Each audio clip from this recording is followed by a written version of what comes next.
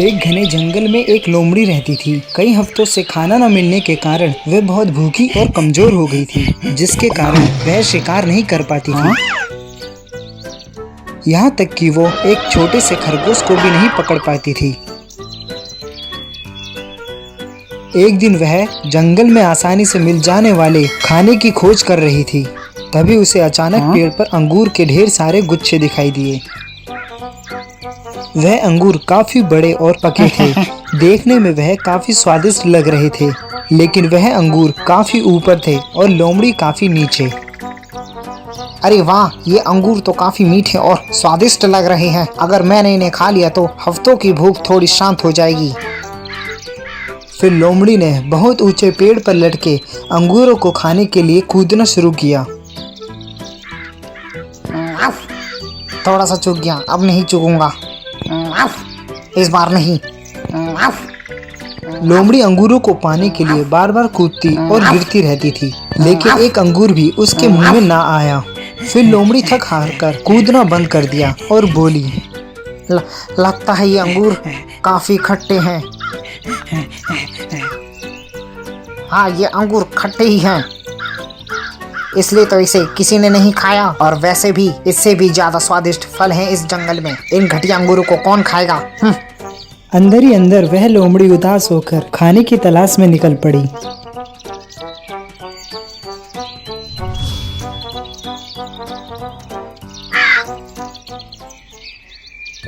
फिर बेचारा लोमड़ी अंगूर न मिलने और भूखे होने के कारण वह कमजोरी में इधर उधर खाने की खोज में घूम रहा था। तभी उसे वो दिखा जिसकी उसे तलाश थी, लेकिन उम्मीद ना थी। उसने एक कौवे को वही अंगूर खाते हुए देखा जिसे वो खाना चाहता था। ये तो वही अंगूर हैं जिन्हें मैंने पेड़ पर देखा था। ये मेरे अंगूर हैं, मैंने पहले इन्हें देखा था, लेकिन मैं इससे लूं कैसे? अरे हाँ, क्यों ना मैं इसकी झूठी प्रशंसा करके इससे अंगूर प्राप्त कर लूं। हाँ, यही ठीक रहेगा। वैसे भी ये कौवा जाति हम लोमड़ी जाति से ज्यादा चतुर थोड़ी ना होती है।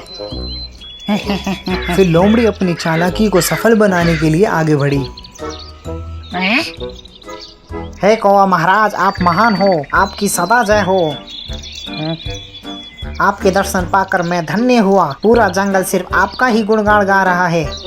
क्या ये सत्य है? क्या सच में पूरा जंगल मेरा गुणगान गा रहा है? लेकिन क्यों?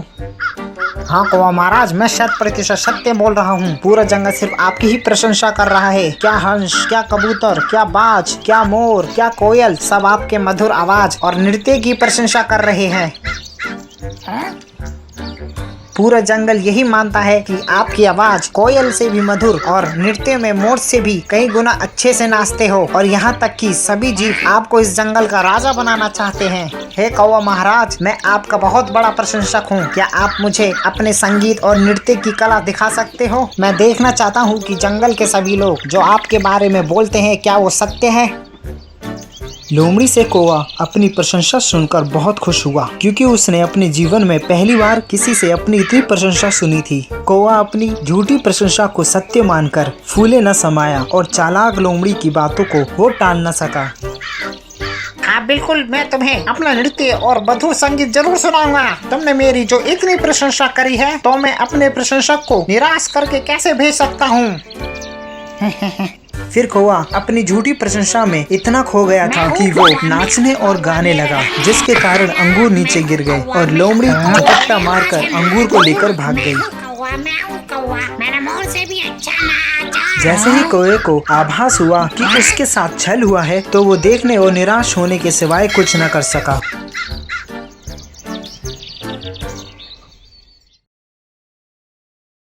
एक जंगल में बुद्धिजीत नामक लोमड़ी रहता था।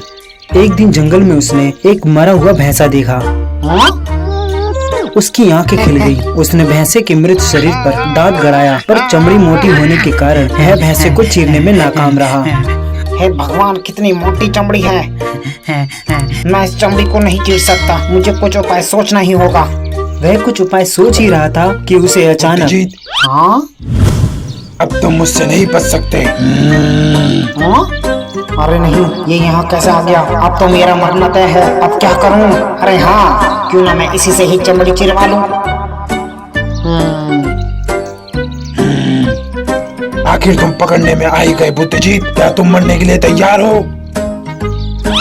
महाराज आप बेशक मुझे मार कर खा जाइए, लेकिन मैं मरने से पहले एक उपकार करना चाहता हूँ। मैंने एक भैंसा मारा है और यदि आप उसे खा ले तो मैं शांति से मारूंगा। अपना शिकार तुम खाने के लिए बोल रहे हो? ठीक है, मैं तुम्हें जीवन दान दे रहा हूँ, लेकिन फिर से ऐसा मत करना। और मैंने किसी के द्वारा मारे गए जीव को खाना बंद कर दिया है। लोमड़ी मन ही मन खुश तो हुआ, पर उसकी भैंसे की चमड़ी को चीरने की समस्या अब भी हल न हुई। थोड़ी देर में उस तरफ एक बाघ आ निकला। बाघ ने मरे भैंसे को देखा, अपने होठ पर जीभ फिराई। अरे वाह, क्या बात है, एक मरा हुआ भैंसा, आज तो पेट भर के खाऊंगा। लोमड़ी ने उसकी मनसा भांप ली और उसे भगाने के उपाय सोचने लगा। अरे अब ये कहाँ से आ गया? ये तो एक ही बार में सारा शिकार चट कर जाएगा। अरे चाचा, आप इस मृत्यु के मुंह में कैसे आ गए? सिंह ने इसे मारा है और मुझे इसकी रखवाली करने को कह के गया है। एक बार किसी बाघ ने उनके शिकार को झूठा कर दिया था, तब से आज तक वे बाघ जाति से नफरत करने लगे हैं। आज तो बैल को खाने वाले बाघ को वह जरूर मार डालेंगे। बस इतनी सी बात के लिए एक बाघ को मार देंगे? मेरा यहाँ से जाना ही ठीक रहेगा। यह कहकर बाघ वहाँ से घबरा कर चला गया। पर तभी अरे क्या बात है? हाँ? एक चीता वहाँ आ गया। आज तो मैं इस भैंस को पेट भर कर खाऊंगा। अरे हाँ, चीते के दांत तो तेज होते हैं। कुछ ऐसा करूं कि यह भैंसी की चमड़ी भी फाड़ दे और मांस भी ना खाए। अरे मामा जी, इधर कैसे निकले? लगता है कि तुम इस भैंसे को खाना चाहते हो, क्योंकि तुम मुझे कुछ भूखे से दिखाई पड़ रहे हो। वैसे मैं तुम्हें बता दूं कि शेरा ने इसकी रखवाली मुझे सौंपी है, पर तुम इसमें से कुछ मांस खा सकते हो। मैं जैसे ही शेरा को आता हुआ देखूंगा तो मैं सूचना दे दूंगा, तुम सरपट भाग जाना। देखो भांजे, हम चीता जाति शेरों के शिकार को नहीं खाते। अगर ऐसा किया तो शेरा मुझे मार देगा और मैं अभी मरना नहीं चाहता। अरे मामा, एक बार तुम अपने इस भांजे पर विश्वास करो। शेरा के आते ही मैं तुम्हें आगाह कर दूंगा। चलो ठीक है, मैं तुम पर विश्वास करता हूँ। चीते ने पल भर में भैंसे की चमड़ी फाड़ दी। जैसे ही उसने मांस खाना शुरू किया, अब यही सही समय है। भागो, शेर आ रहा है, भागो। इतना सुनना ही था कि चीता सरपट भाग खड़ा हुआ। सियार बहुत खुश हुआ।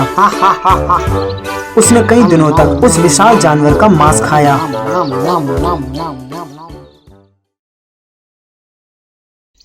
किसी जंगल में एक अत्यधिक चतुर लोमड़ी रहती थी। उसे दूसरों को मूर्ख बनाने में बहुत आनंद आता था। उस चतुर लोमड़ी की मित्रता एक सारस से थी। और कैसे हो मित्र, सब ठीक ठाक? हाँ, सब ठीक ही चल रहा है। तुम सुनाओ, क्या चल रहा है आजकल?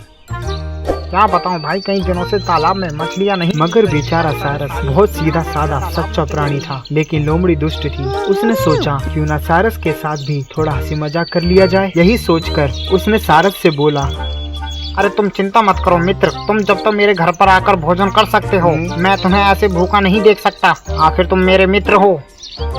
तुम्हारा बहुत बहुत धन्यवाद मित्र, मैं तुम्हारे घर भोजन करने जरूर आऊंगा। अगले दिन सारस समय पर लोमड़ी के घर भोजन करने पहुंच गया। जब भोजन का समय आया तो जैसे पहले से ही योजना बनी हुई थी, लोमड़ी ने 2 प्लेटों में सूप परोस रखा था। बहुत देर लगा दी तुमने, कहाँ रह गए थे तुम? वो बस मैं अपना घर का काम कर रहा था।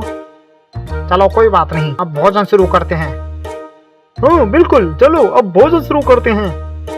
लोमड़ी के लिए तो प्लेट में सूप पीना कोई समस्या नहीं थी, मगर बेचारा सारस तो केवल अपनी चोंच का आखिरी सिरा ही सूप में भिगो पाया। भला चोंच से सूप कैसे पीता? वह भूखा ही रह गया। सारस ने खुद को बहुत अपमानित महसूस किया। वह समझ गया कि लोमड़ी ने उसका मजाक उड़ाने के लिए ही उसे भोजन पर बुलाया था।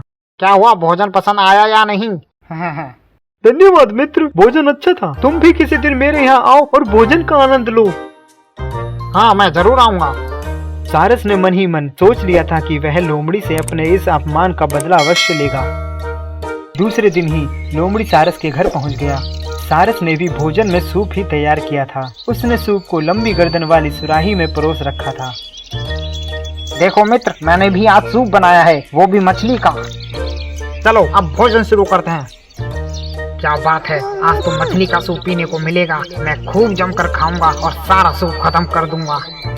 अरे क्या सोच रही हो, भोजन शुरू करो। हाँ हाँ, चलो भोजन शुरू करते हैं।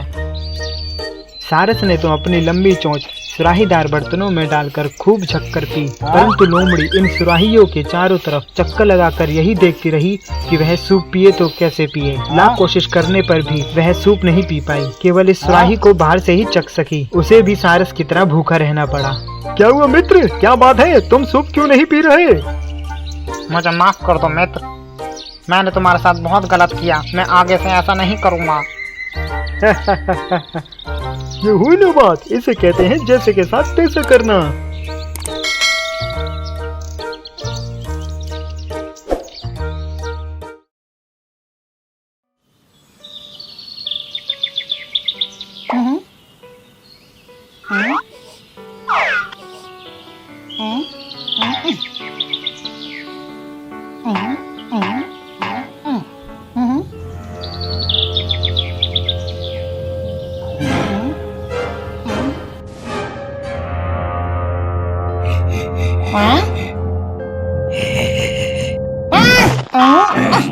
रुक जा खरगोश के बच्चे, तेरी इतनी हिम्मत, रुक जा, रुक।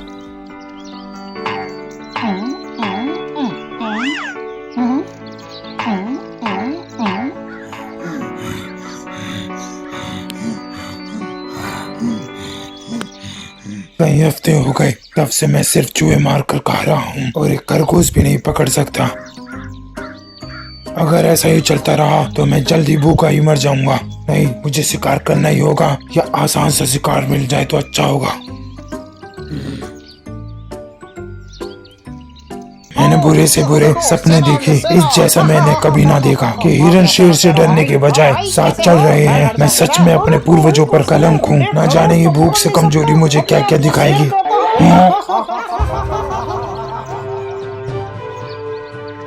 ये तो एक गुफा है, लगता है इस गुफा में कोई जीव रहता है। शायद इसमें भैंस या हिरन हो, या फिर इसमें मुझसे भी ज्यादा शक्तिशाली शेर तो नहीं रहता। ये तो अंदर जाकर ही पता लगेगा।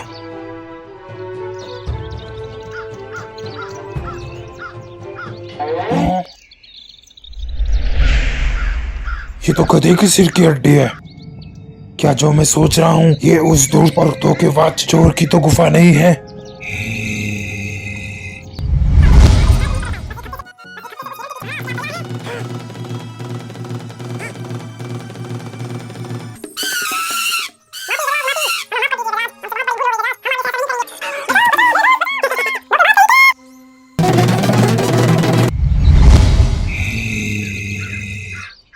उस दिन इस लोमड़ी ने मेरे साथ विश्वासघात करके सारा शिकार लेकर भाग गया था, लेकिन आज मैं इसी को शिकार करके खाऊंगा और बदला लूंगा।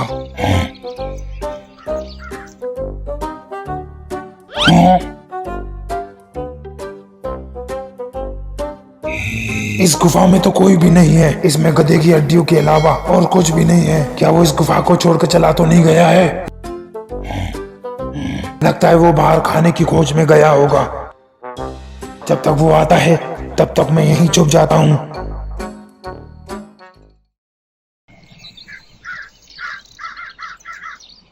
अरे वाह, आज तो मजा आ गया। क्या मूर्ख बनाया उस कौवा को। सच में मुझ जैसा चतुर इस जंगल में कोई भी नहीं है। हाँ, अरे ये तो पंजों के निशान हैं, वो भी शेर के, और ये मेरी गुफा के अंदर तक जा रहे हैं लेकिन बाहर नहीं आ रहे हैं। हाँ, क्या मैं जो सोच रहा हूँ ये वही मूर्ख शेर तो नहीं है। लगता है ये शेर अब मुझसे बदला लेने आया होगा, लेकिन पता कैसे लगाऊं कि गुफा में वही शेर है या फिर जंगल में कोई नया शेर आया होगा। एक उपाय है, शेर जैसा मूर्ख शेर इस दुनिया में कोई नहीं।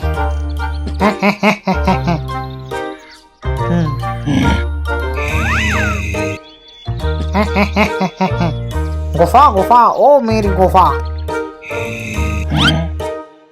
तुम चुप क्यों हो? आज बोलती क्यों नहीं हो? जब भी मैं बाहर से आता हूँ तुम मुझे बुलाती हो, आज तुम बोलती क्यों नहीं हो? मेरा अंदाजा सही निकला, ये वही विश्वासघाती चोर लोमड़ी बुद्धिजीत है। एक बार अंदर आजा धूर्त लोमड़ी, तेरी हड्डियों को चबा चबा कर चूरा बना दूंगा। लेकिन ये बाहर कर क्या रहा है? मेरा पेट गुड़गुड़ कर रहा है। गुफा गुफा, क्या हुआ गुफा? तुम बोलती क्यों नहीं? लगता है कोई अंदर है जिसके डर के कारण तुम बोल नहीं रही हो। लगता है बुद्धिजीत पागल हो गया है। गुफा कभी बोलती है क्या? हा हा हा हा हा। क्या हुआ गुफा, बोल क्यों नहीं रही? अगर तुमने मुझसे बोलकर नहीं बुलाया तो मैं दूसरी गुफा में चला जाऊंगा।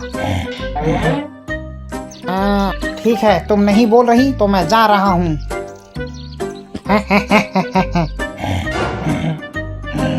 अरे ये तो जा रहा है। संभवतः ये गुफा प्रतिदिन आवाज देकर बुद्धजीत को बुलाती होगी। शायद आज ये मेरे भय के कारण मौन है। लगता है आज मुझे ही इसे आवाज देकर बुलाना होगा। रुको मित्र, रुको, वापिस आओ और अंदर आ जाओ। मैं कब से आपकी प्रतीक्षा कर रहा हूँ, अंदर आओ।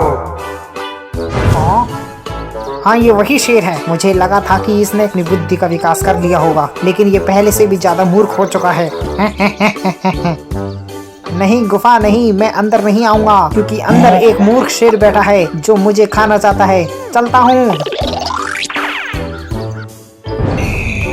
इसने मुझे फिर से मूर्ख बना दिया। अब इसकी मृत्यु तय है।